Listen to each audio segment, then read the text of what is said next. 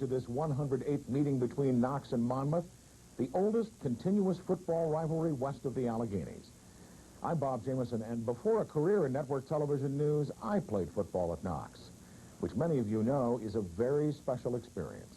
And that may explain why this football broadcast begins here in a library and not on the field. That's because books are what football at Knox is all about.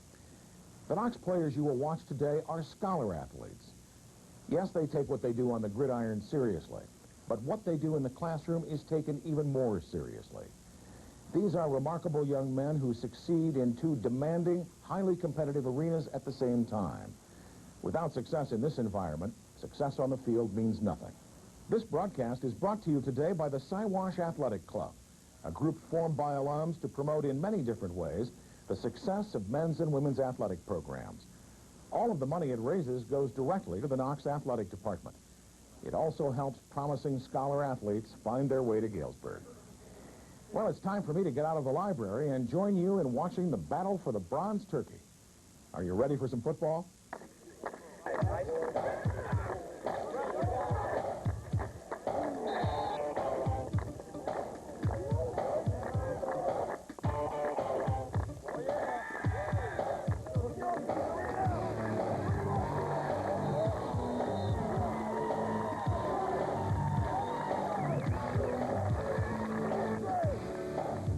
Good afternoon from the Knox Bowl in Galesburg, Illinois. The 108th playing of the Bronze Turkey game between the Knox Prairie Fire and the Monmouth College Fighting Scots. It's a cold November 1st day here, cloudy, overcast skies. A game time temperature of about 47 degrees, and with the wind out of the north-northwest, we're looking at about a 30-degree wind chill. But that shouldn't dampen the spirits here between these two longtime rivals, one of the longest rivals in the United States. I'm Brad Binowitz along with John Allison, and John, for you, this is really kind of a family affair today, isn't it? Boy, it sure is. A number of my family members went to Knox, and it was my aunt, my father, my mother, my wife went to Knox, my nephew, who's a player on the Prairie Fire, he obviously goes to Knox, and my brother coaches for Knox. So yeah, it's a real family affair, that's for sure. And a great offense for this Knox team this year. Kind of a disappointing season, I think, coming in at 4-4 after a 3-0 start, but you can't keep the offense down. That's really the strength of this team. Boy, I think so, and they can hurt you in so many ways. They can run the ball and they can pass the ball, and I know number 4 Matt Hayden is a kid that we've really got to take a look at today, and he's one that can break it at any time. I think he's a kid that can cut outside and make some people miss tackles and really go all the way. And they got a different kind of runner when they come right back at you with Ryan Stupplebeam, the fullback. That's exactly right. I think they make a great tandem because he's more of a power runner. He just takes it straight ahead and just comes right off a block, and he's going to make you pay for every tackle you get. And yeah, they make a great tandem. They really do. When Knox has struggled this year, it's been often with the option offense, which is not quite what the Monmouth Fighting Scots run. It's a variation of the option, but you'll see a lot of things that are very much like the option, and a terrific running back for the Fighting Scots. For that, we turn it over to Caton Brader, and we'll find out more about Nathan Johnson. Fourth oldest in Division III history. Brad, last night Knox property was vandalized, and as a result, and as to be expected, the Knox team is emotionally charged almost as much as they are confident going into this game.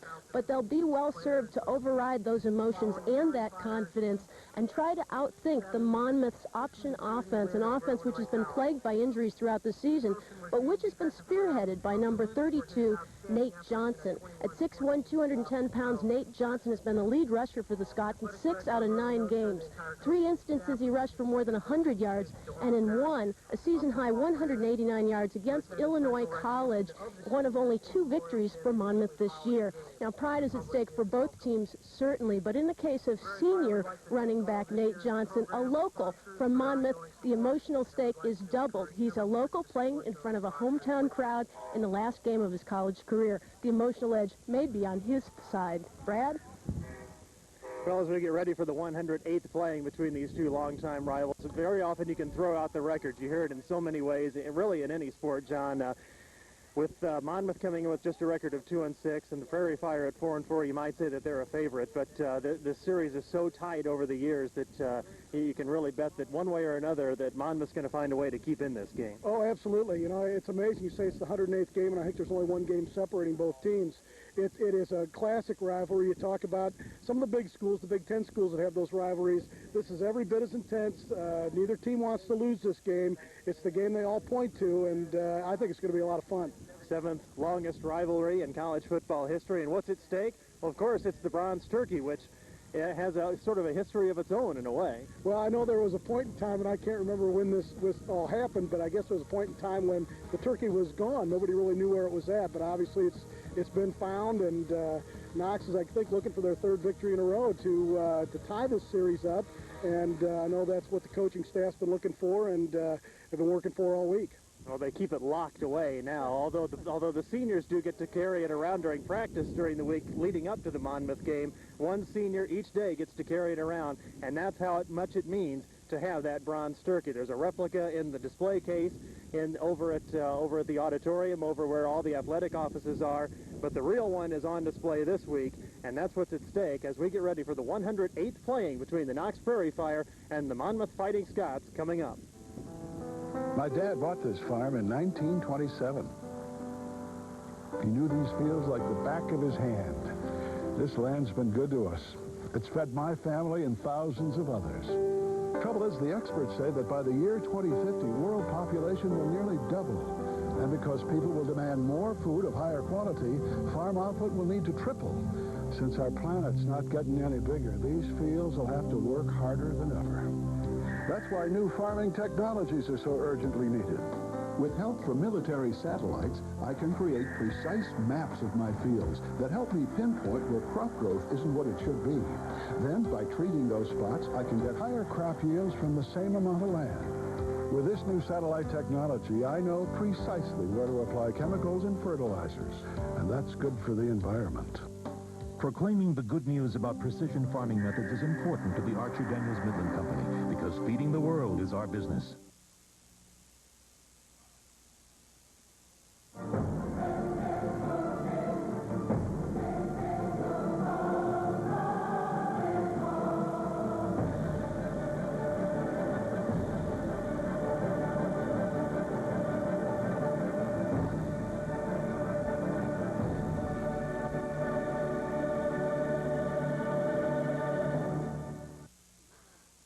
Good afternoon and welcome to the Knox Bowl in Galesburg, Illinois. Brad Benowitz along with John Allison. We're thrilled to be with you today for this special broadcast of the 108th Bronze Turkey game between the Knox Prairie Fire and the Monmouth Fighting Scots. Just about 15 seconds away from this matchup. If Knox can win today, they would tie the all-time series. The Prairie Fire have won 2 straight, and there's a lot to play for here. If you talk to head coach Andy Gibbons, he'll tell you this. Of course, this is senior day. We had senior introductions for all the players who are playing their final day here, or their final game here before the home crowd. A rather sparse home crowd, one of the smaller crowds we've seen this year, but with game time temperatures being under 50 degrees and wind chill actually being below freezing right now, you can understand why that's happening. But Knox is playing for a winning record. It would be the 3rd straight season that the Prairie Fire have obtained a winning record if they could win here today over Monmouth.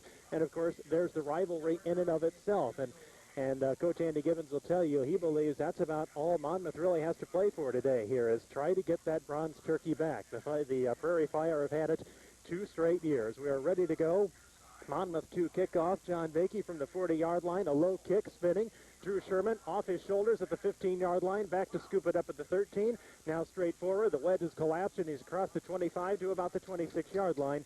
And that's where the Prairie Fire will start the opening drive of this ball game. Let's run down the offensive formations for you here for Knox. Dave Shadenwetter, the starting quarterback, 6'3", 178-pound senior, and then the 2 running backs we tell you to watch for. Matt Hayden, the tailback at 5'10", 170 pounds, and Ryan Stufflebeam, 6'2", 226. Knox starts 8 seniors on offense. It's a very experienced team. Matt Hayden running laterally, trying to find an opening, and the swarming defense from Monmouth takes him down just about at the line of scrimmage. Not much there, that's for sure. Knox defense. For Knox, coming into the guys to watch for heading downfield, Sam Ladeau at 5'10", 178 pounds. He is a senior. Aaron Plaskis, the other wideout, at 5'10", 165 pounds. And John Wozniak, the H-back, at 6'1", 192. Wozniak, one of only 2 juniors starting on this Knox offense. Back to pass, Shanewetter. Pretty good time. A lot of protection. Now rolling to the near side. Launches it downfield. Ledoux is open across the 40 and out of bounds inside the 45-yard line. First down territory for the Prairie Fire at the 47. Boy, that was some great pass protection that time, Brad. He had all the time in the world to look downfield and get that receiver open. Ledoux, his favorite target for the season, is averaging better than 16 yards a catch, and he's picked up 11 touchdowns for the season. He is the leading touchdown man for the Prairie Fire this season. Boy, you just look at that time when he can throw the ball like that. He's going to be tough if he gets that time to second down. Got great protection across the right side of the offensive line as well. Now Stufflebeam in motion to the far side. Hayden with the pitch into the backfield, running to the left side across the 50, and the hole closed very quickly right at midfield. Hayden still picks up 3 for 2nd and 7 now. Running down the offensive line, let's go left to right for you for the Prairie Fire. Actually, we'll start off at center. First of all, David Custis at 6'1", 237 pounds. Jason Hanrahan, the left guard, and Chris Nelson, the right guard.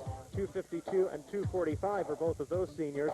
Matt Schreier at the left tackle, 6'6", 280.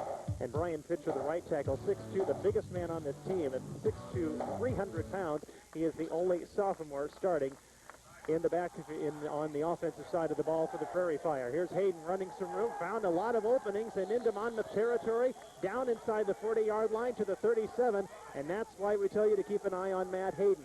You don't need very much to get him loose. Boy, if you watch him read his blockers here. What a great ability to do this. He stands, he reads, and boom, cut right back, boom, right there. Oh, that's just great running. Kelly Kane is not happy with the left side of his defensive line so far this year, and so far Knox has exploited that on the running game. Now with a lone running back is Hayden. Stufflebeam lines up in the H-back. Shanewetter with a fade pass down the sideline, and he overthrows Ledoux at about the 11. It'll be 2nd and 10 for the Prairie Fire. Again, looks like Monmouth trying to bring their linebackers on that last play. Pretty good job of picking that up by the offensive line. Prairie Fire should really dominate the line of scrimmage today. The 5-man front for the Prairie Fire averaging just under 263 pounds across that 5-man front. That's better than 40 pounds more than the 4-man defensive front for Monmouth. Now 2nd and 10 with 2 wideouts to the left. Ledoux splits to the near side. Handoff to Hayden on a little draw play and wrapped up at the ankles. Now cuts free across the 40-yard line. And he picks up about 5 down to around the 33-yard line. And Hayden looked to be wrapped up right around the line of scrimmage on an ankle tackle and then cut free and gained 5 more. It'll be 3rd and 5 now for the Prairie Fire. You mentioned the left side of the defensive line for Monmouth. I know that it looked like they had a little trouble getting set that last time. They've got to get their defense in and get themselves set, or it's going to be a long afternoon on that side. 3rd and a long 5 now from inside the Monmouth 38-yard line. Possibly a passing down. Shanewetter, one of the leading passers in Knox history. Back to pass with a 7-step drop. Looking left side, a bullet pass, and off the ground, and the officials say incomplete inside the 30-yard line, and Aaron Plaskus is not happy. He was begging for it. It would have been a first down, but in comes the kicking game for the Prairie Fire. So let's see if Knox likely will punt here from the 33-yard line. It would be a long kick and into the wind as well. Punter Joe Watena. 5'10", 155 pounds. One of the younger players on this team, just a sophomore out of Champaign Central High School. Standing at the Monmouth 47-yard line. Lone man back to take the kick for the Fighting Scots is R.J. Haynes. A high kick spinning to the near side, and that'll sail out of bounds. And let's see where the officials spot it. Looks to be up around the 17-yard line. So on to the field come the Monmouth Fighting Scots offense for the first time this season, having scored 17 points just one time all year, averaging less than 12 points a game, are the Fighting Scots offense. Let's run down the defensive line for you for the Prairie Fire. Moving across the line we go. Left tackle C.J. Tracy at 6 foot, 240 pounds. He is a senior. Look for Josh Fordyce, one of the bigger guys on this team, a big playmaker, along with Chris Warwick and Matt Hannum. Hannum, a local boy from just up north on Route 150, just north of Galesburg from Rio. And flags on first down as Monmouth takes it across the right side of the line. Looked like it might have been motion on that one. I'm not sure. It would be the first penalty of the game, and it is motion, so we'll make it 1st and 15 for Monmouth. Well, I think these are the kind of things that have hurt Monmouth all year long, these kind of mistakes, and I know Coach Kane, that doesn't make him very happy. Doesn't make really any coach happy, I don't think. No, that's for sure. Coach Kelly Kane will also tell you that turnovers have been a problem for this team this year. And not even so much deep inside their own territory, but he says often it'll kill a drive for the Fighting Scots. They'll take it down inside the opposing team's territory, maybe even inside the red zone, and then turn it over. Prairie Fire declined the penalty with no gain on first down. It'll be 2nd and 10 with Kevin Engeldow, the quarterback. Oh, there's a fumble right there. And there it goes. And the Prairie Fire are celebrating inside the Fighting Scots 20-yard line. Chris Warwick, the guy who made the hit. Well, that was a heads-up play, but boy, again. So the Prairie Fire will have it from the 18-yard line. And you can see it happened right there. Boy, it looked like the ball was in.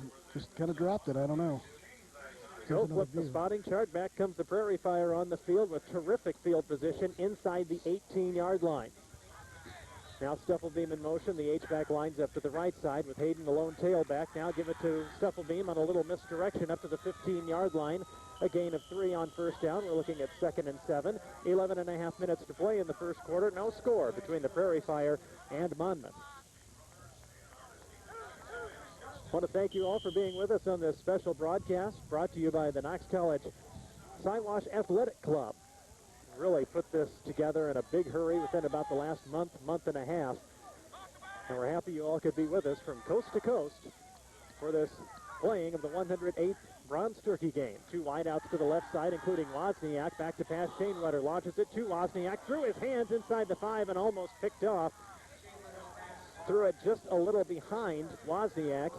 And he couldn't recover enough, and the Prairie Fire get a bit of a break by that not being picked off. Well, even though the pass is incomplete, the line is doing just a terrific job of giving him protection. He's got all kinds of time to throw the ball. Monmouth better get that solved pretty quick, either by linebacker pressure or whatever, or it's going to be a long afternoon. The 3rd and 7 for the Prairie Fire coming up from the Monmouth 15-yard line following the turnover. Monmouth turned it over on only the 2nd offensive play of the game. 3 wideouts to the left, 1 to the right. It's Sam Ladeau. Shane Rutter back to pass on 3rd and 7. Looking to the end zone. Caught inside the 5. And touchdown for the Prairie Fire. Vince Arnold, a 6'1", 185-pound sophomore, takes it in for his first touchdown of the season, and it's 6-0 Knox with 10:51 to play in the first quarter. There it is again. He's got time. Boy, what a good throw. Right on the bullet, and then a great lunge at the end by Annell to take it across the end zone line right as he's hit. And in comes Chris Warwick for the extra point. Warwick, just a junior on this senior-dominated team. Good snap, good kick, and it's 7-0 Prairie Fire with 10:51 to play in the first quarter, and what a difference that can make getting on the board first, and especially when you take advantage of the other team's turnovers. Boy, that's for sure. That's for sure, especially on a cold afternoon. There it is. Beautiful throw. Right on the money to Annell, and it's 7-0 Prairie Fire, and Coach Kelly Kane will tell you that if this gets into a high-scoring affair, he believes that his Fighting Scots do not have a chance. They have scored, as we mentioned, 2 touchdowns in a game 4 different times this year, rather 5 different times, but never have scored more than 17 points, and they did that just once in a 17-14 win over Illinois College. So the fact that the Prairie Fire get on top first could make a bit of a difference in the coaching strategy, although we are not even 5 minutes into this game yet. Barely 4 minutes gone with 10:51 to play first quarter. Now that was, I believe, Shane Waters' 45th career touchdown pass. He holds the record. Prairie Fire to kick from the 35-yard line, and we're off and running. And a short kick taken at the 21-yard line. And the special teams covered quickly, and now we've got late flags. Preston Eiler on the return across the 30-yard line. And let's see what the flag will be here as the officials confer. And an illegal block in the back on Monmouth. So the Fighting Scots are not helping their cause in the early going. Boy, and you don't want to get too far behind against Knox. You know, they're an explosive team, and got to get some positives going in this first half. Last time the Prairie Fire were at home, they put 50 points on the board. It was the first time since 1919 that Knox had scored 50 or more in a game, and back in 1919, they did it 3 times. That was in a 50-30 win over Illinois College just 2 weeks ago.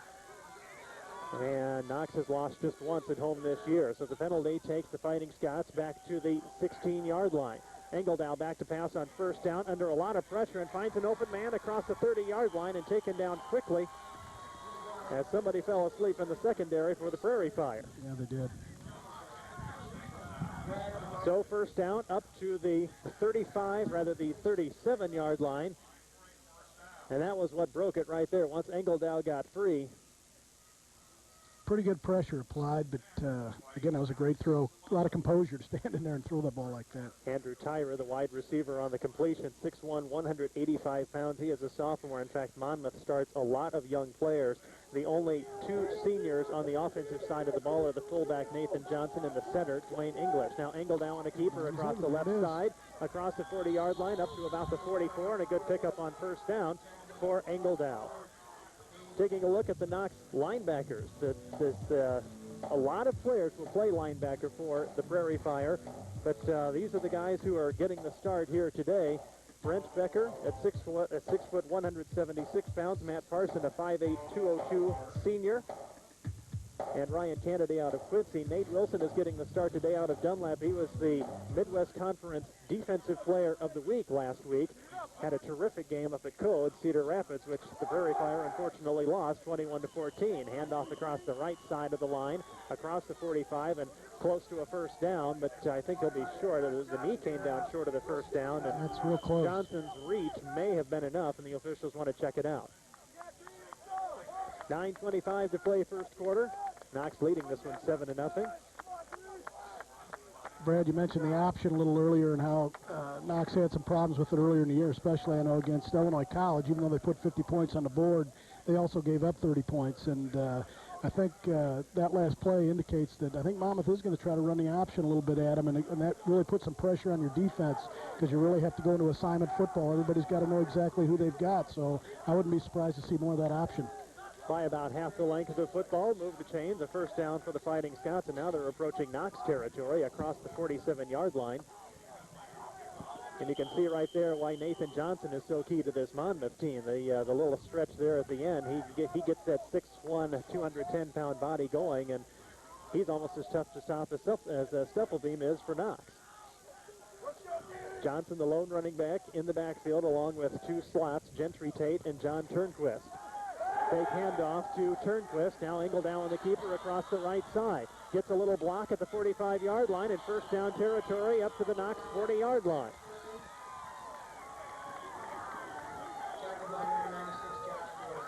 We'll preview the Knox secondary for you. First of all, taking a look at one of the quarterbacks, John O'Neill at 6'1", 165 pounds. He is a junior out of Glen Beulah, Wisconsin. Craig Roscoe, the other corner, at 5'9", 161. And the safeties, Brock Noel and Jared Shepard. And, one of the things about these two teams, John, and I think part of the reason this is such a big rivalry, although we don't see it there in the secondary, is so many local players come to these two teams, and a lot of these guys will play together in high school and then have to face off in the Knox-Monmouth game. Sure. Engeldow under pressure, now launches it downfield, and he just threw it away. Oh, we got a hold, I believe, too. Didn't pick out the number, but one of the Prairie Fire linemen pretty much got tackled on his way in. So this will march it back 10 yards, and it'll be 1st and 20 for the Fighting Scots, and almost all the way back to the midfield stripe. Well, in case the captains didn't realize that Coach Gibbons was telling them what to do there. Let's move them back. Yeah, that's a pretty easy decision. And Engeldow is getting decent protection here in the early going for Monmouth, something that we weren't quite sure that we'd see. Kelly Kane is talking to him earlier in the week. He says the offensive line is sort of his baby for Monmouth, and he hasn't been real happy with the way they played this year. He said that's been one of their biggest trouble points this year. He said it's real hard for him to admit that the offensive line has been a trouble spot. Johnson, the lone man in the backfield, and Now Kennedy jumped across the line for the Prairie Fire. And the running play didn't go anywhere anyway. Well, I think you can see their answer to the protection that you were just talking about. They're going to try to bring some people, and of course, if you've got a young offensive line, that can really cause some problems. Offsides on Knox as Kennedy jumped across the left side of the line. So after the 10-yard penalty on Monmouth, we'll give them 5 back and take it right up to the 50. 8.5 minutes to play in the first quarter. Knox with an early touchdown from the quarterback Shane Wetter to Vince Annell, the sophomore's first touchdown of the season, and the Prairie Fire lead it 7-0. And the Fighting Scots will try to take it back out of their territory now with the nose of the football sitting on the 50-yard line on the far hash mark.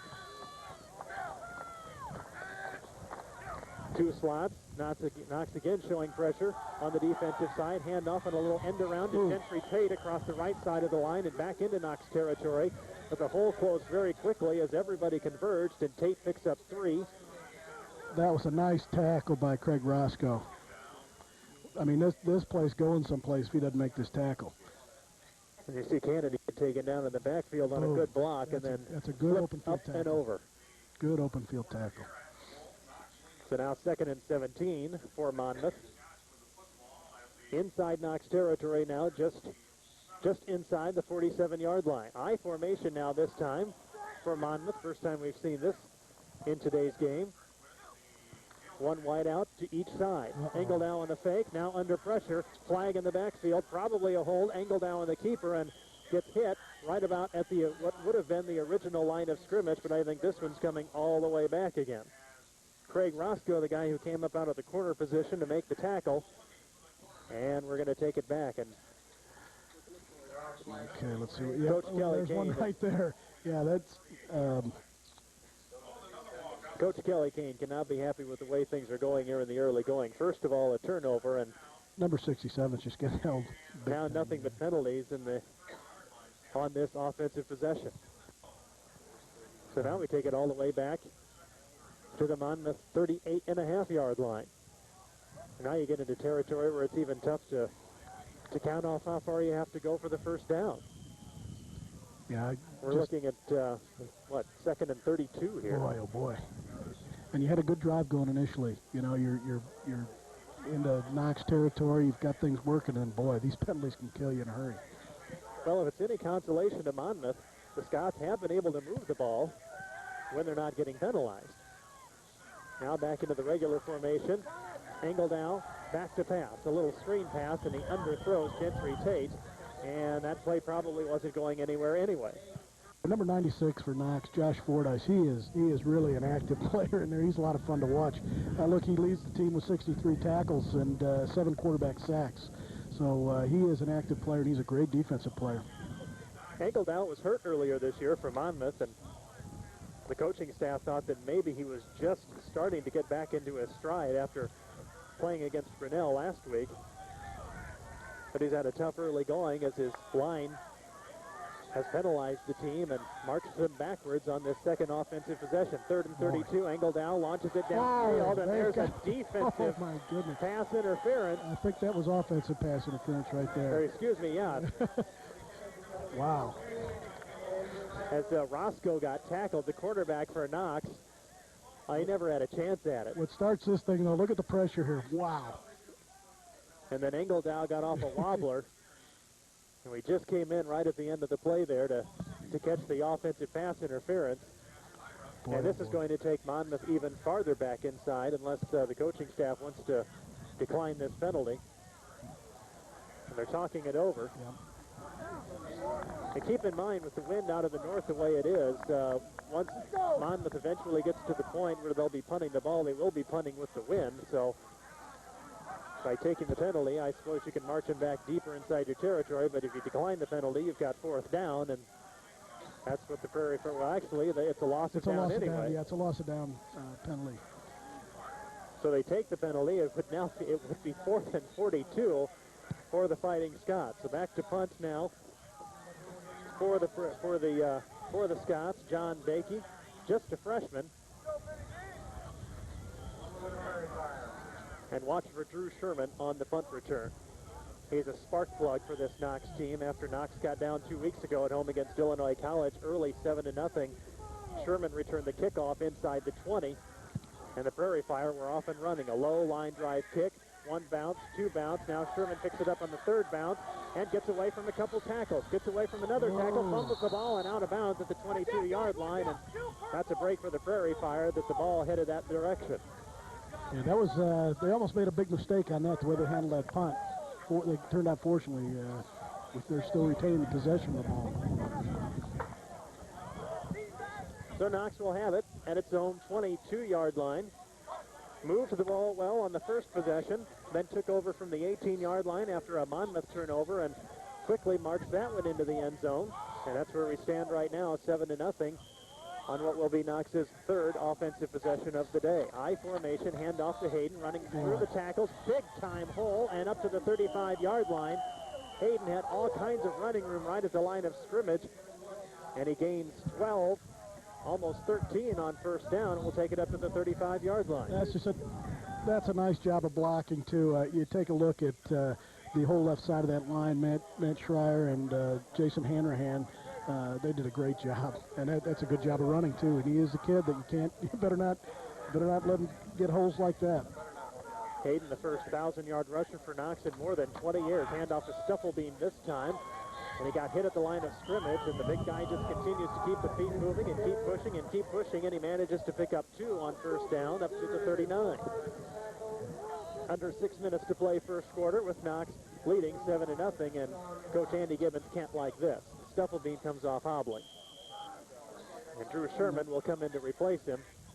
Stufflebeam will be honored at halftime here today as Burger King has made a $10,000 donation in his name to Knox College. We'll be having that for you coming up live at halftime. Sherman in the game now lines up in the H-back with Wozniak and Ladeau. Rather Plaska split out wide to the right. Shane Wetter on a fake, launches it downfield and overthrows Wozniak, and Ladeau came up and took it on 1 bounce for an incomplete pass, and now 3rd and 7 facing the Prairie Fire with 5:23 to play first quarter. Outside chance that Knox could finish tied for the division lead in the South with what would have to be considered an upset if Illinois College could beat Grinnell today. But Grinnell, either way, Grinnell moves on to the conference championship game by virtue of its win over Knox a few weeks ago. But still, you know, if you can at least claim a tie for the title, that's right. You won't turn that down. 3 wide outs to the near side. Shane Wetter to pass on 3rd down. Look at that. Again, terrific protection. Now under pressure. Dives away from a would-be tackler. Rolls up and inside the 40-yard line and takes a huge hit. And the crowd not happy with it, wanting a late hit as Shane Wetter was heading out of bounds. But Hugo Herrera came up out of the secondary and leveled him just short of the 40-yard line. And he got back to the about the original line of scrimmage after all that running. That was close. So Knox in the punt formation for the 2nd time today. Joe Wotena at his own 25. And back to take the kick. Brian Hetrick, a 5'10", 170-pound freshman, standing at his own 30. Wotena from the 25-yard line.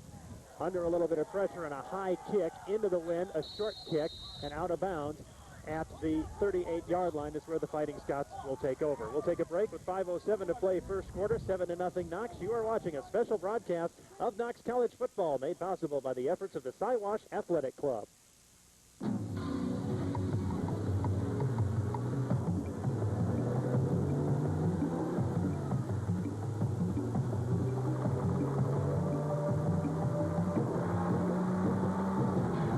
Sometimes your day is filled with twists and turns. Handle it. Dunlop tires.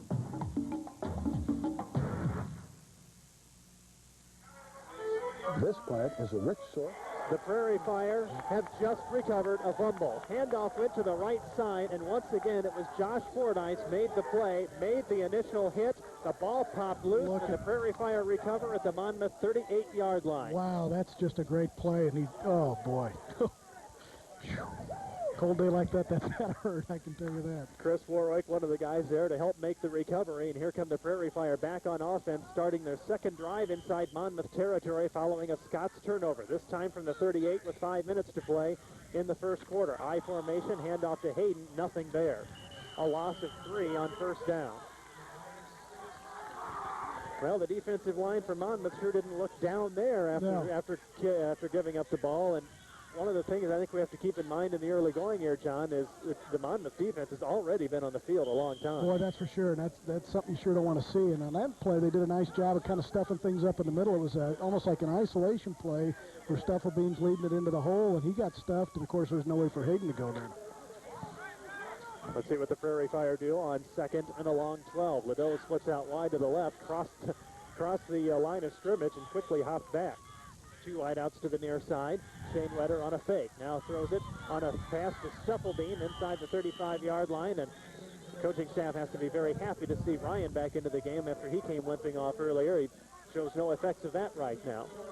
Yeah, I'm sure Coach Gibbons is happy to see him back out there again. Tough kid. Now 3rd and 5 for the Prairie Fire from the 32-yard line. Remember, 8 seniors start on this Knox offensive side of the ball. Just 2 juniors and a sophomore, but the sophomore is a 300-pounder on the right side of the offensive line. And Wozniak drops the pass inside first down territory into the 25-yard line. Peyton Brader is our sideline reporter today. Let's take it down to her and find out what she has to say. Brad, running back Brian Stufflebeam went to the trainer, Scott Sutherland, to take a look at his left ankle. Seemed to be complaining of a little bit of soreness. According to the trainer, there's no serious injury, no story there, but maybe something to keep an eye on. Also, Sam Liddell seems to be the only one staying on the bench. He's been nursing a cough throughout the entire game, but is keeping himself with water barrel at all times and is well hydrated. Seems to be playing very well in the game, but on the bench, he's coughing away. Kick from Motena, rolls into the end zone, and he pumps his fist in disappointment as the ball landed at about the 4, and the Prairie Fire just couldn't catch up before it skidded into the end zone. Well, it looked like the coverage kind of lost sight of the ball as they were coming down. That would have been a great one to pin him deep, but still, it was a nice punt, into the wind especially. Good to hear that Stufflebeam is likely okay, although on a cold day like it is today, that, as Caton mentioned, that might come into play later in the game. But you certainly hope not. 3:32 to play first quarter as the Prairie Fire, the Fighting Scots take over at their own 20-yard line. Engeldow, the sophomore, has been under a lot of pressure, and here's a flag just as the play gets started, and this one likely against Monmouth, because I believe there was motion. And the official still talking it over. 2 of Monmouth's wins, one of them came while Engeldow was out hurt earlier this year. Young man who came in to replace him, Josh Boyer, is just a sophomore. So very deep at quarterback for a couple of years to go. Motion against Monmouth and offsides against Knox. Oh, well, there you go. So it's officially a do-over. 3:28 to play first quarter, with Knox holding a 7-0 lead. And the officials get the flags back into place, and now we're ready to go. Andrew Tyra, the sophomore, splits out wide to the left. Gentry Tate out wide to the right.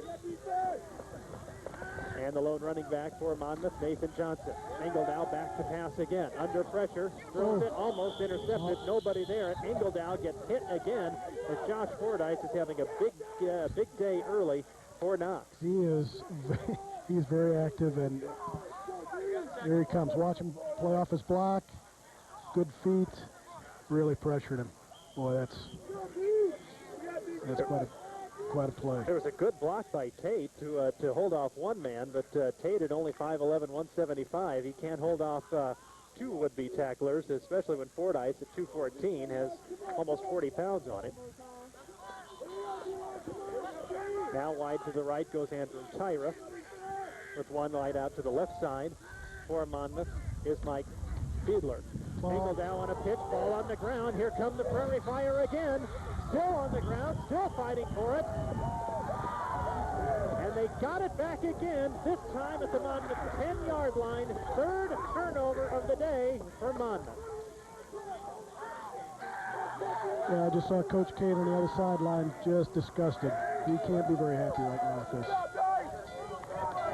Brock Noel made the recovery, and Knox will have first and goal inside the 10. Just took his eye off the ball. Looks like that wasn't necessarily a bad pitch. This is one of those crazy plays where the ball just keeps kicking and spinning, and finally Brock Noel fell on it. Now first and goal. Quick fade to Ladeau into the corner, intercepted by the Fighting Scots. Jason Borhart was the guy who blocked off Ladeau from the pass. And now Knox has turned it over for the first time in the game. That's one I think you'll wish you had back. That's a favorite play that Knox runs, a little fade to Ladeau, and the fade was a little too late. That was underthrown a little bit. Of course, that's right into the wind. That's going to be a touch pass, and that's tough. Now, even in the bowl, the wind swirls around quite a bit and whips down and in and all over the place. So back on offense come the Fighting Scots after Knox had a first and goal inside the 10. And a handoff to Nathan Johnson across the right side of the line, up close to the 25-yard line for a gain of 4 on first down. Under 3 minutes to play now, first quarter. The Fighting Scots have turned it over 3 times. Really, John, lucky to be down only a touchdown. That's exactly right. Especially that last one, boy. You turn it over inside at the 10-yard line. You're living dangerously. But by taking over, or by intercepting rather, into the end zone, Monmouth comes out with it at the 20. Josh Boyer, the new quarterback, into the game for the Fighting Scots. On 2nd and 6, handoff to Nathan Johnson, works his way across the 25-yard line up to about the 27. And Monmouth seems a little settled down now with Boyer into the game, although he hasn't been under nearly as much pressure as Engeldow was earlier. Boyer, a player you're very familiar with, John. Yeah, he's a graduate of Galesburg High School. I coached Josh for a couple of years. He's an athletic kid. Just a sophomore, as is Engeldow. So as we mentioned, Monmouth will have a very experienced quarterback for another couple of years. Boyer calling out the shots with a regular formation for the Fighting Scots. Handoff to the right side. And that's good. Prairie Fire to a lot more defensive pressure that time as Boyer was under pressure and Johnson did not get the first down. Boy. So everybody came barging across the line that time, and he's just short of it. Just short of the first down. Looks like the nose of the football is sitting right at about the 30-yard line, but Kelly Kane, deep inside his own territory, will take no chances with the ball not up to the 30-yard line even. So in comes John Bakey to punt again, and he boots it away from just short of the 20-yard line. Good kick with the wind. Spins down to the 30-yard line, dropped there, now picked up, and just not much there. Nope. Ben Van Vlera, once he dropped the ball, that's allowed the coverage team to get down quickly, and the Prairie Fire will have it from their own 32. We're approaching the end of the first quarter, 1:06 to play. Knox still holding a 7-0 lead. I'm sure Coach Givens would like to get something going on offense here and get another score on the board here. 1:06 to play into the wind, then we'll switch sides with the quarter, and the Prairie Fire can play with the wind. High formation on first down, handoff to Hayden. The tailback hit across the left side of that offensive line and works his way up to the 35 for a gain of 3 on first down. Hayden is approaching 40 yards rushing already in this game as we're not even to the end of the first quarter. Well, he came into the game with 703. Needed a big game to get to that 1,000-yard mark again, didn't he? Awful big game, that's right. Wozniak and Plaska split wide to the right for Knox. Ladeau wide to the left in single coverage. High formation in the backfield. Handoff again to Hayden. Found an opening across the right side. Big time running room. And it's going to be a foot race. Down to the Monmouth 30.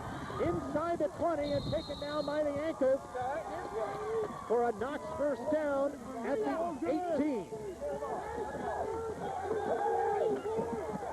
Hayden got the burst of speed once the hole opened up across the right side of the line, and then it was just a foot chase down the sideline. Well, that's some great blocking, great running. That was just a finely executed play. You got the goal. So they spotted even a yard better to the 17-yard line with under 20 seconds to play in the first quarter. The receivers split sides. Trade sides, Wozniak and Plaskis to the left now with Ladeau to the near side. Again, the I formation in the backfield. This will be the last play of the first quarter. Hayden again, straight up the gut, across the 15-yard line. And we've come to the end of the first quarter with the Prairie Fire leading Monmouth by a score of 7-0. We'll take a timeout here. You are watching a special broadcast of Knox College football made possible by the efforts of the Siwash Athletic Club.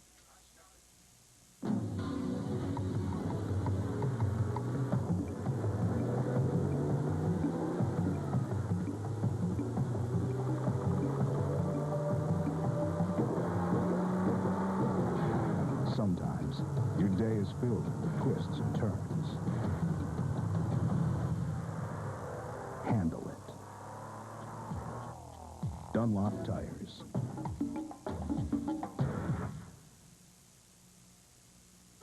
This plant is a rich source of natural vitamin E.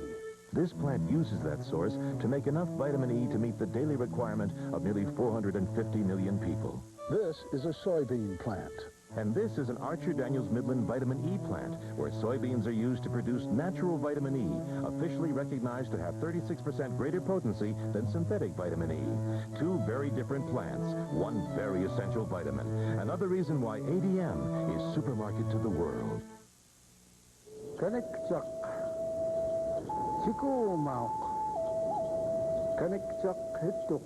The people of the frozen north have over 30 different ways to describe snow.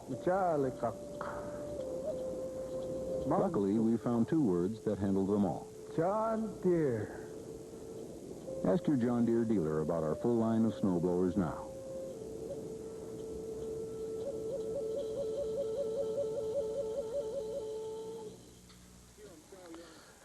All right, here it is. Here's the handoff to Matt.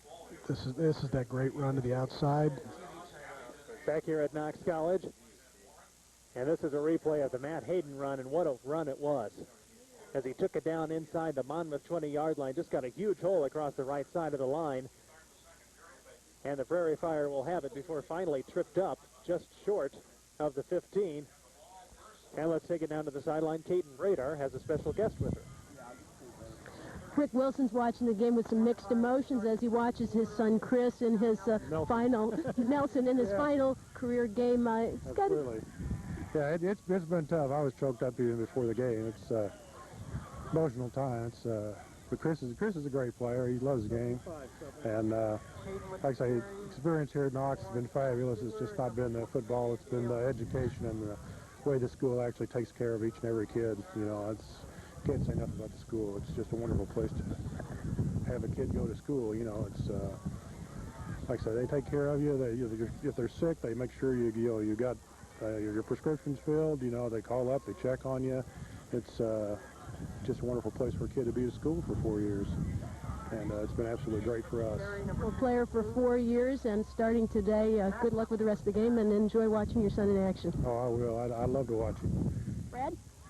Thank you, Caden. 14-19 to play before halftime, and the officials want to take a measurement here as the Prairie Fire have advanced the ball inside the 10-yard line, and on third down, could be the difference between a field goal and a touchdown, although as well as Knox is moving the ball so far, John, I'd say if it's not there, and it's not, it's going to be close though, and I think Knox has kind of gotten back to what they were doing on their initial successful drive, is running the ball a little bit. They're kind of pounding it at him. Knox rushing for almost 100 yards in that first quarter, 12 carries for 91 yards. Matt Hayden leading the way with 85 of those 91 on the ground. So the Prairie Fire will go for it on fourth and less than a yard. They need to move the ball about the length of the football. I formation as the Prairie Fire go for a first and goal with a 7-0 lead. Shane Wetter on the quarterback keeper, and he got more than enough down to the 5. The second effort gained a couple more, and it's first and goal for the Prairie Fire. You did a nice job of really kind of stepping to the side, picking a place where there was a soft spot in the defense and getting that first down. Knox has outrushed Monmouth in the first quarter by 70 yards, 91-21. Although Knox has had the ball only 36 seconds more than the Fighting Scots. Of course, Monmouth also penalized 4 times for 30 yards and turned the ball over 3 times. First and goal from the 5. I formation with Stufflebeam and Hayden in the backfield. Hayden has done the most of it on this drive, and he takes it again, but stacked up at the line of scrimmage and then pushed backwards for no gain. Pretty good swarming defense on that play. So it'll be second and goal here for the Prairie Fire. There it is. Yeah, linebacker steps up, and then here come the safeties, and the pursuit just takes care of him. That was a good defensive play. Fighting Scots trying to hold the fort here, already trailing 7-0. And they certainly don't want Knox to build any kind of a significant lead here in the early going. Hand off to Hayden. Lots of running room. Touchdown. What a block up front. Oh, man. Matt Hayden's 5th rushing touchdown of the season gives Knox a 13-0 lead with 13:23 to play before halftime. 54. Oh, that's just some good blocking. Good execution. And he got a lead block along the way from Matt Schreier, which he didn't even need because no, that's right. Hayden was able to cut inside, and how's that for a bunch of nuts, huh, John? It's 30 degrees wind chill.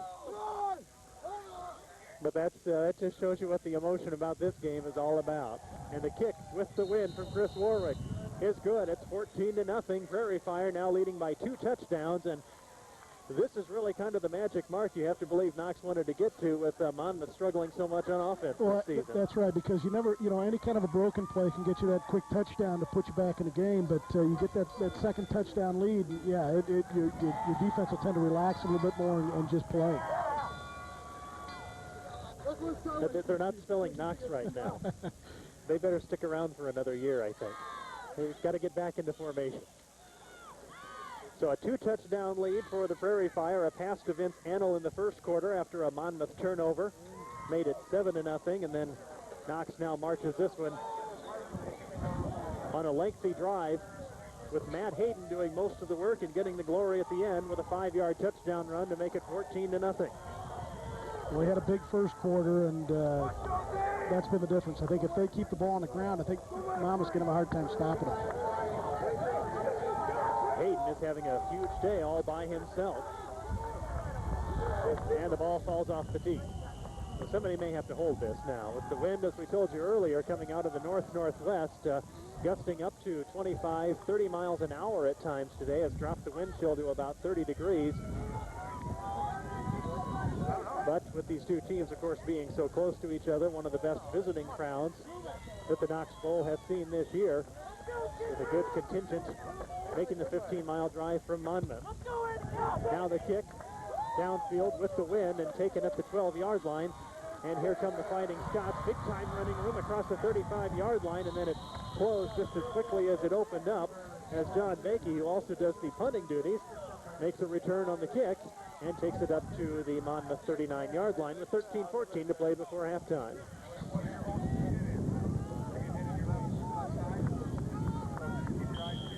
So let's see what the Scots can do here, as Josh Boyer stays in the game as the backup quarterback, with Engeldow remaining on the bench after he was ineffective but under a lot of pressure in the early going as well. Pitching in the backfield on the option. Here's Turnquist trying to cut to the left side. Tremendous pursuit by the Prairie Fire, and somehow Turnquist still finds enough running room to get it upfield for a gain of about 3 before Brock Noel finally took him down. Yeah, I don't think the defensive coach is real happy with that tackling on that play, but that was a great individual effort to get that ball as far as he did. Turnquist out of the slot, a 6', 195-pound junior out of Monmouth Warren High School, a local boy, and there's one missed tackle right there. And now here comes the rest of the pursuit before Brock Noel finally slows him down just enough, and the rest of the coverage comes in. But Turnquist does gain almost 5 on first down, so up to the 44-yard line we go with 12.5 minutes to play before halftime. The lone setback with the double wings. Now in motion, Turnquist again. Here coming from the left side is Gentry Tate. Tries to juke past a man, avoids a tackle inside the 45-yard line, and all that running, he gains just 2 before Nate Wilson comes up to make the tackle. Boy, initially that play looked like it was going to get a little more than it did. Good pursuit. So it'll be 3rd and about 3 to go for the Scots now.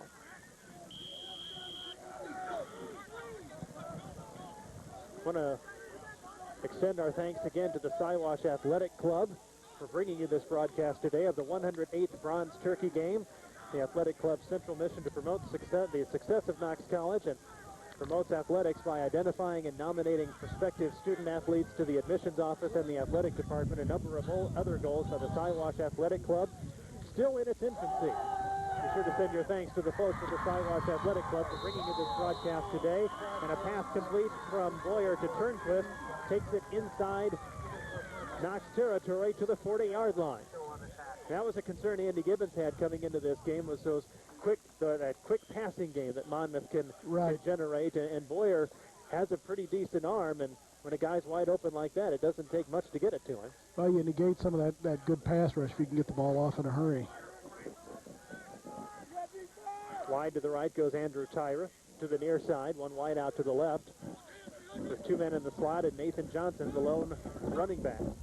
Now in motion goes the sophomore Tate. Handoff to Johnson. And I'll tell you, the Prairie Fire have done a tremendous job in the early going here, John, of preventing Johnson from making anything big happen. That's right. Yeah, they've had him pretty well corralled here. And that's what you want to do against a great back. You know, force somebody else to do the damage against you. And still with a lot of time to play in this game, Monmouth even down by 2 touchdowns. Not necessarily hurt by going to the running game. Oh, no. No, not at all. And, of course, the wind is still a concern, you know, going in that direction. Tyra wide to the near side again. Paul Smith splits out wide to the left. Smith, a 170-pound junior, only 5'9", as Turnquist goes in motion. Boyer under pressure. Now on the keeper, scrambling and taken down, and may have gotten back to the line of scrimmage as the purple jerseys came bursting through for the loss. Well, that again, you know, they're in the backfield. Here we go again. Yeah, so you can just see, boy, 70. Oh, down him in a hurry. Finally, Dave Duman makes the tackle. 6 foot, 215-pound junior. Coach Andy Gibbons said he'd be rotating a lot of guys in from those linebacker positions. Duman, along with Kennedy, not starting today, but Becker, Parson, and Wilson, the starters, out of the linebacker spots. Kennedy is in there now. And Wilson is cheating up to the near side, and we've got flags, and this could be delay of game. Boy, another mistake. So march it back 5 yards, and now the Scots looking at 3rd and 14, and a passing down into that wind is no treat. Ball spotted at the 43.5-yard line for the Scots. As Matt Parson checks in, replacing Andy Cupson out of Mundelein High School. Brings in the defensive play from Coach Andy Gibbons with the 4-man front, and now creeping up on the right side comes the Prairie Fire defense. All kinds of trouble in the backfield again. Fordyce takes Boyer down for a lost back inside Monmouth territory. A loss of 9 on the play, and the Scots will punt it away into the wind, and the Prairie Fire look to have pretty good field position here. John Bakey, the freshman, back at his 33-yard line to punt this one away. Back to receive for the Prairie Fire, Drew Sherman and Ben Van Vlera. Good snap.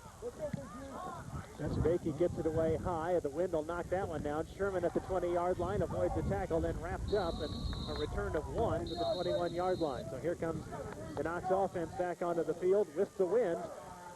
But it's been the running game today that's made the big difference for Knox, although they did score on a pass play on the first touchdown.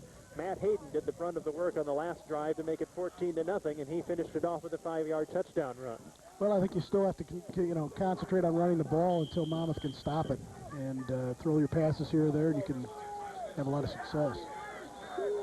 The same formation that worked so well on that last offensive drive. I formation with 2 wideouts to the far side. Wozniak and Plasketh. Handoff to Stufflebeam this time, and the fullback makes his way up for a gain of a couple on first down. As you just send him into that pile and let him do the rest, and you better believe he'll do it. one of the best athletes on this club and certainly a team leader. He's as fired up as anybody when he gets out onto the field. You need to have those kind of kids, those emotional kids, the kids that the rest of the guys can rally around. He was a big spark plug as Knox tried to rally in a game against Cornell about a month ago, a game in which they ended up losing here at home. Quick drop and a block and knocked down as Monmouth read that one perfectly, and the defensive end Jim Hardesty got in and was standing right in front of Shane Wetter. In fact, if Hardesty had taken a few more steps, he might have been able to take Shane Wetter down for a sack, although it was a nice initial block by Knox to at least slow him down. So now 3rd and 7 after the incomplete pass. Wadeau splits wide to the left.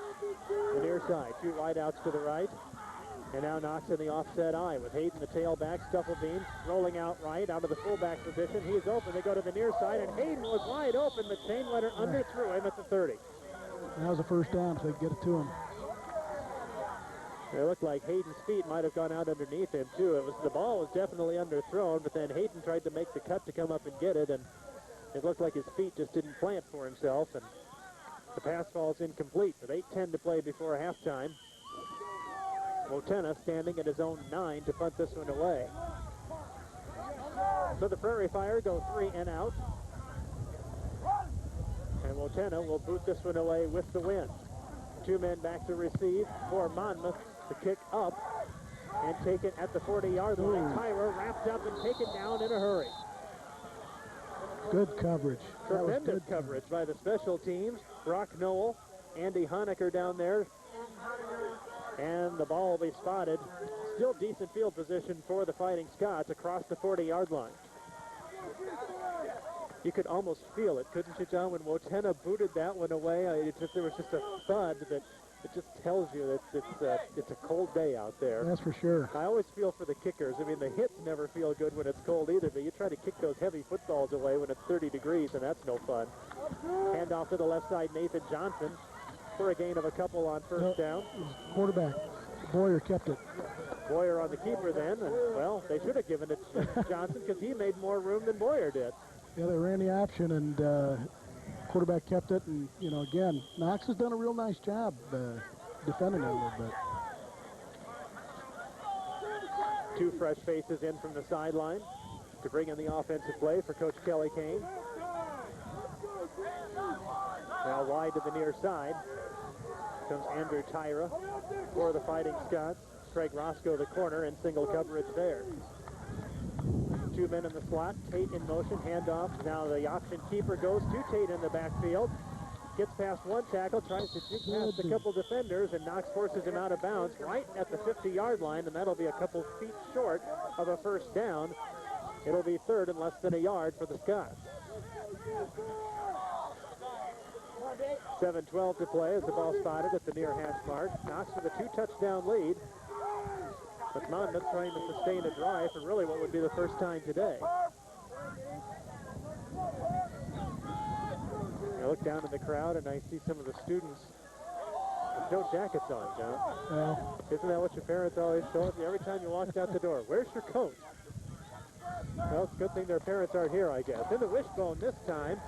Monmouth needed less than a yard, and that should be more than enough to get it as they move it into Knox territory. Well, that's still going to be close. Based on the spot of the ball, it would be right at the first down marker. The officials eyeball it.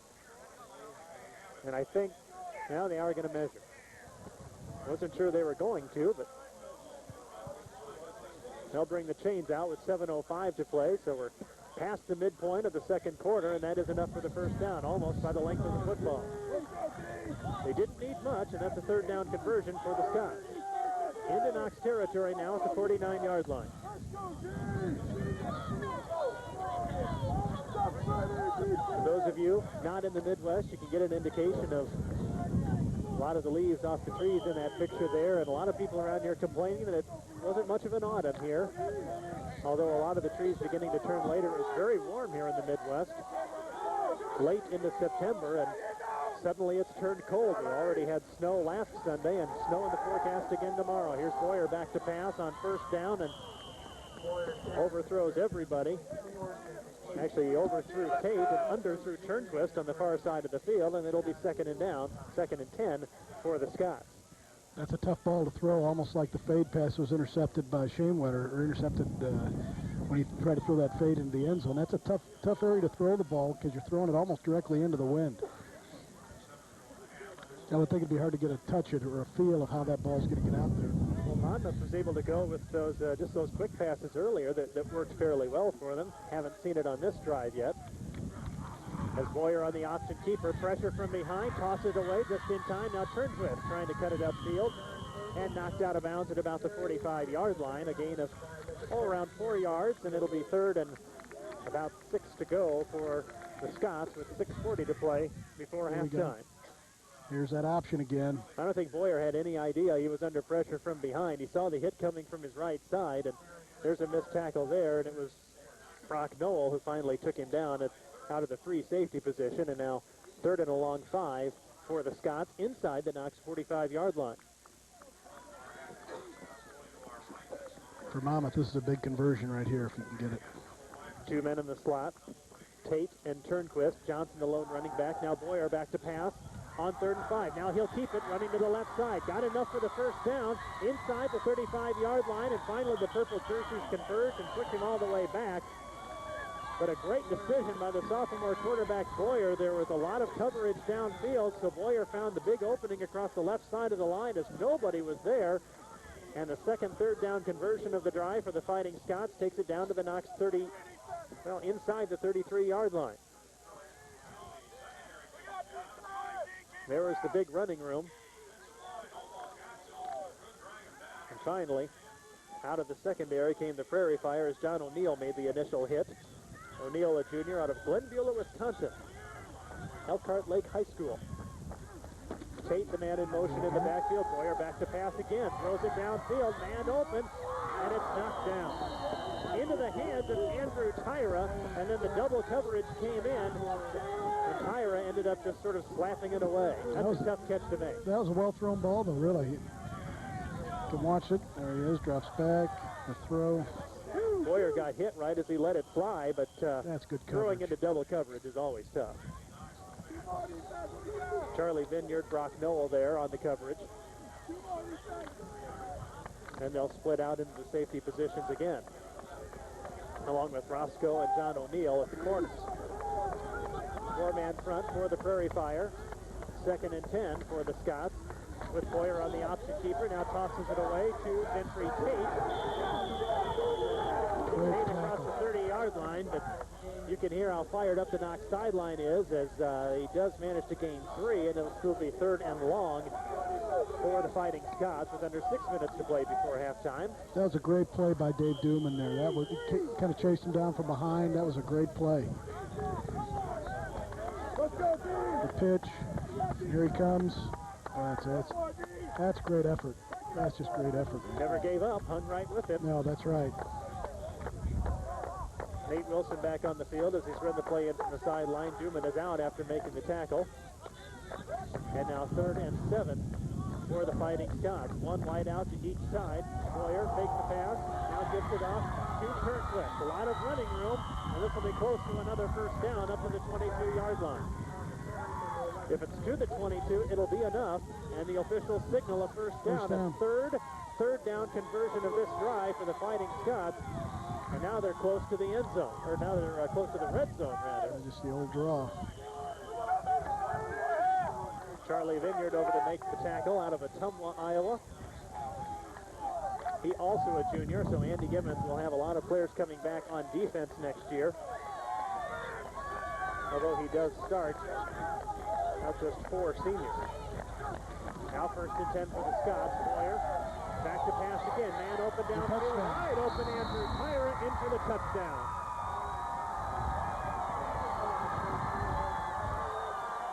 Somebody fell asleep in the secondary, and it's 14-6 with Knox with an 8-point lead.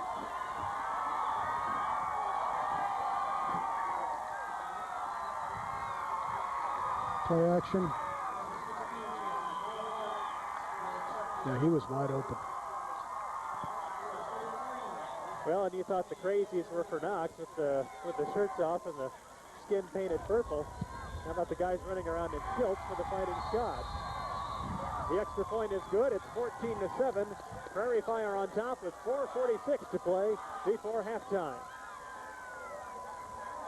Well, the passing game has come alive for Monmouth, and they did it into the wind. Yeah, that and those third down conversions, like you said, those are big. You know, first quarter they were turning the ball over so often they never got to a third down, I don't think. But, yeah, that was a big drive for them. And the offensive line seems to be playing considerably better, too. Engeldow, when he was in earlier for Monmouth, really never had much of an opportunity to get much off. He was under pressure all the time. Right. They make the replacement for Josh Boyer, and suddenly the offensive line gives the kids some protection, and they end up on a long scoring drive to cut the lead in half.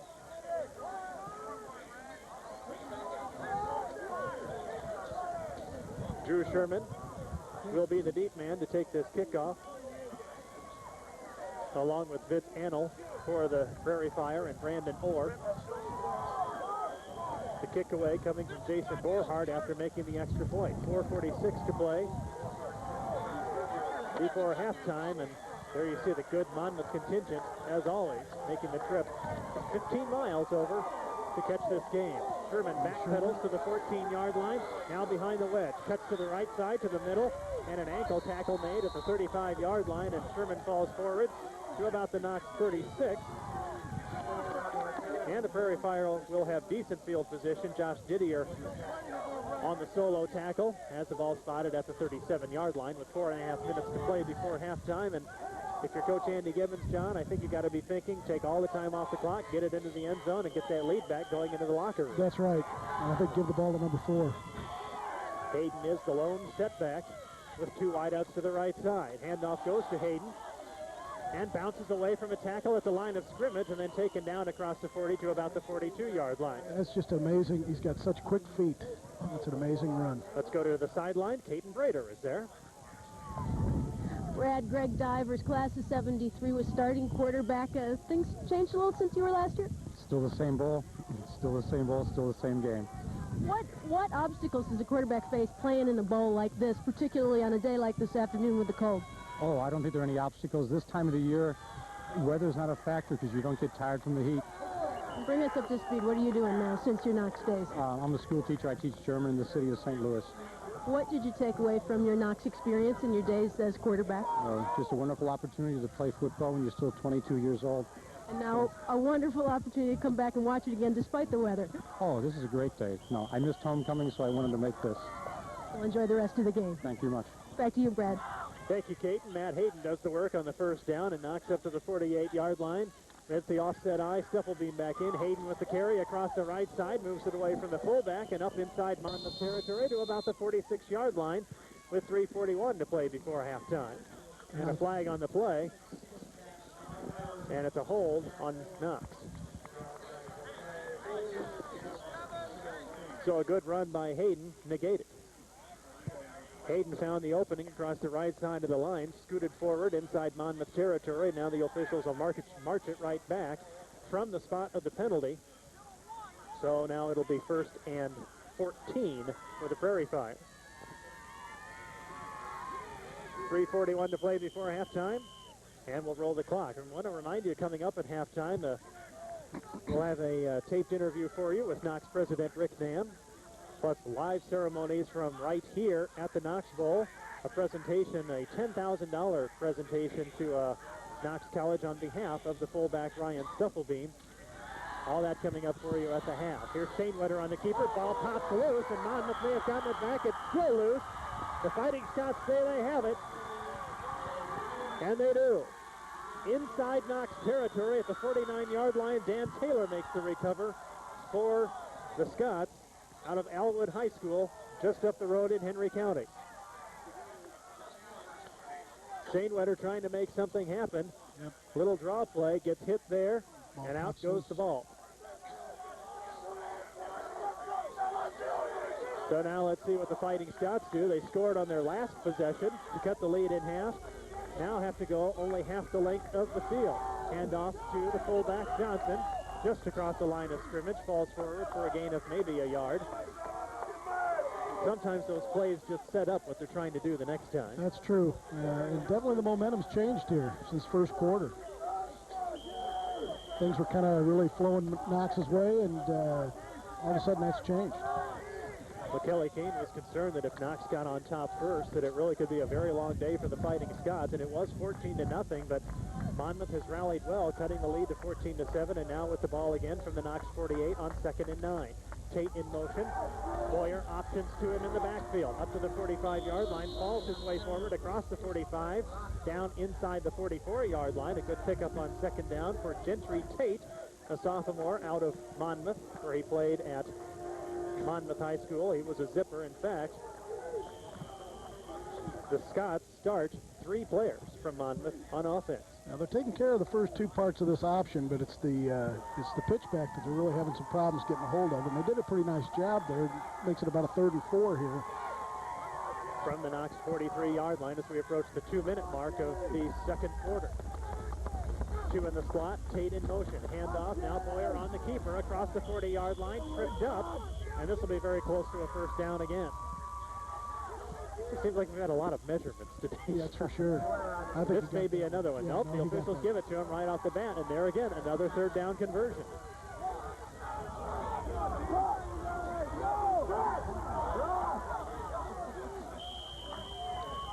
Well, when you're making a little bit of a rally like this, it'll take a lot of the cold out of the opposing sideline. That's for sure.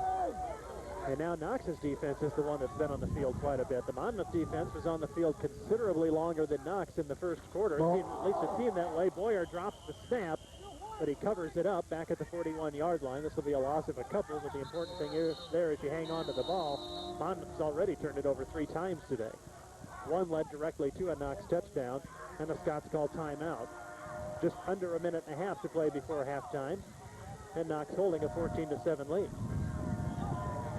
It was a Prairie Fire turnover that got us to this point, though, as Knox coughed it up right near midfield. And after a first down now, the Fighting Scots looking at 2nd and about 12 to go from the Prairie Fire 41-yard line. Not much of a kicking game, if you're wondering about that, for Monmouth, as they'll definitely be trying to put at least some points on the board before they head to halftime. And once again, with the wind coming out of the north and the northwest, that'll make it even considerably tougher. But Jason Borhart is about an average kicker for the Fighting Scots, but just a sophomore. So Monmouth, more than anything, just wants to get it in the end zone, tie this game up. And as you said, John, all the momentum going the Fighting Scots' way right now. And it's really been a battle of 2 quarters. You look at the way this game's unfolded. Knox could probably get back some of the momentum just by keeping the Scots out of the end zone here. Boyer on the keeper, now back to pass. Under pressure, rolling left, tripped up and back at the 50-yard line. Now you see Knox call a timeout here. I wouldn't be surprised. Chris Warwick made the initial hit, tripped up Boyer, and then Fordyce finished him off back inside Knox territory, or back inside Monmouth territory, rather, and the ball about split right on the 50-yard line. Some good pressure here. Didn't have much. Yeah, there we go. Josh Fordyce again. Warwick tripped him up, and then Fordyce finished him off. And now Monmouth looking at 3rd and 21. Have to get it down inside the 29-yard line for a first down. Splitting line to the right, Paul Smith to the near side. Now Knox showing some defensive pressure. They come barging through. Here's a handoff coming from the left side. Gentry Tate, and he went nowhere. Knox read it very well as making the tackle. Brian Washik. Let's see. There's some movement. It's going to be offsides against Knox, apparently. Right. Came across the left side of that line as Knox was showing blitz all the way. And just an initial jump. So now it'll go from 3rd and 21 to 3rd and 16. As the officials mark it off to the 45-yard line, and it gives Monmouth a second chance. They converted 3 third down conversions on the scoring drive, have already done it once here. Now facing 3rd and 16, but only 36 seconds to play, and the clock rolls. And you have to believe if Monmouth really wants to score, the Scots will have to go for the end zone here. Right. Of course, the safeties are loosened up a little bit for Knox here. There's a draw again. Instead, the handoff it goes to John Turnquist, cutting to the left side, gets hit once, now falls forward past the initial line of scrimmage and up to about the 38-yard line, and the clock stops with under 14 seconds to play. Now it's winded. That should be the end of the half. And both teams will let the clock roll. We've come to the end of the first half in the 108th playing of the Bronze Turkey game. The Knox Prairie Fire leading the Monmouth Fighting Scots 14-7 on a touchdown pass in the first quarter to Vince Annell from Dave Shanewetter, and a 5-yard touchdown run from Matt Hayden to tie the game, or to make it 14-0 before Josh Boyer, the backup quarterback, came in to rally Monmouth a little bit and cut this lead in half at 14-7. A cold day here at the Knox Bowl, but that still warms the hearts of these two teams as they get ready for this big rivalry. Let's go down to Caton Brader on the sideline with Knox head coach Andy Gibbons. Coach, you've been stressing containment to the defense, telling them to settle down a little bit. What would you like to see for the second half? Well, I'd like to see us come out and do what we did in the first quarter and a half. We let them have one big, long drive there, which really hurt us, and they scored, and now they're back in the game, and they're getting the ball at the end of to start the second half. So, I mean, we need to get our aggressiveness back on defense. We need to get our assignments back. We let up on our assignments a little bit. And we need to get the offense going. We had some opportunities we didn't take advantage of. And the condition of Dave Schoenleiter, I've seen him on the bench nursing a little bit of a cramping in his thumb with the cold. Can be a concern. Well, I think he's going to be fine. He's got one half of football left in his life, and I think he's going to be fine. And we're going to be fine. Thanks a lot, Coach. Good luck with the second half. Thanks. Brad? Still a lot to play for here at the Knox Bowl as the Prairie Fire try to go for their third straight winning season. It would be the first time they had done that since back from 1970 to 73 when they had 4 consecutive winning seasons. It's 14-7 at halftime. The Knox Prairie Fire leading the Monmouth College Fighting Scots. You are watching a special broadcast of Knox College football made possible by the efforts of the Siwash Athletic Club.